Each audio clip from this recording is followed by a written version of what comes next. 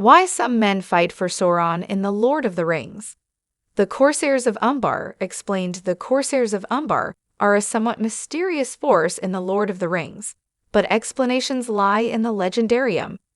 Some more casual fans may not be aware of who they are, but some know that sinister ships appeared on the River Anduin before The Lord of the Rings. The Return of the King's ending. Aragorn gave Gandalf a run for his money with his own "you shall not pass" moment, telling the enemy fleet they weren't welcome in Gondor. This fleet was the Corsairs of Umbar, and J.R.R. Tolkien's novel explains why they were there. The Corsairs aren't known to everyone, as they didn't appear in the theatrical version of the movie at all.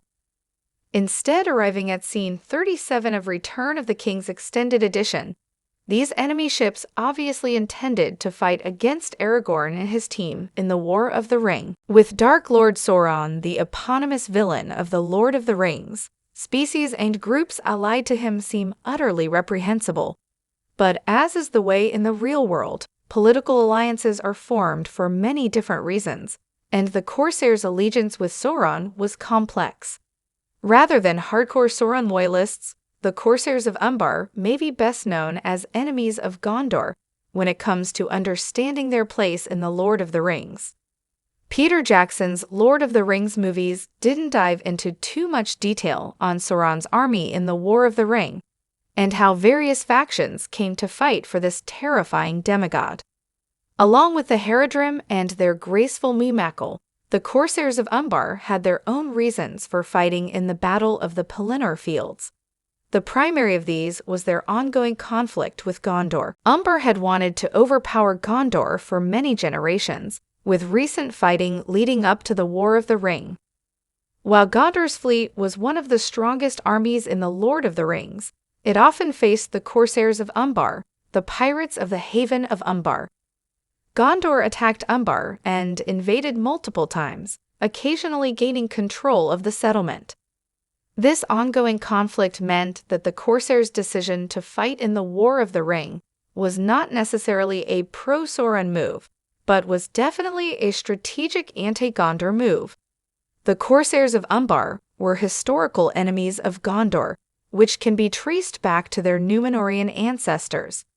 English high fantasy originator J.R.R. Tolkien penned The Lord of the Rings, released in 3 parts between 1954 and 1955, but also wrote Lord of the Rings' famous Fall of Númenor story.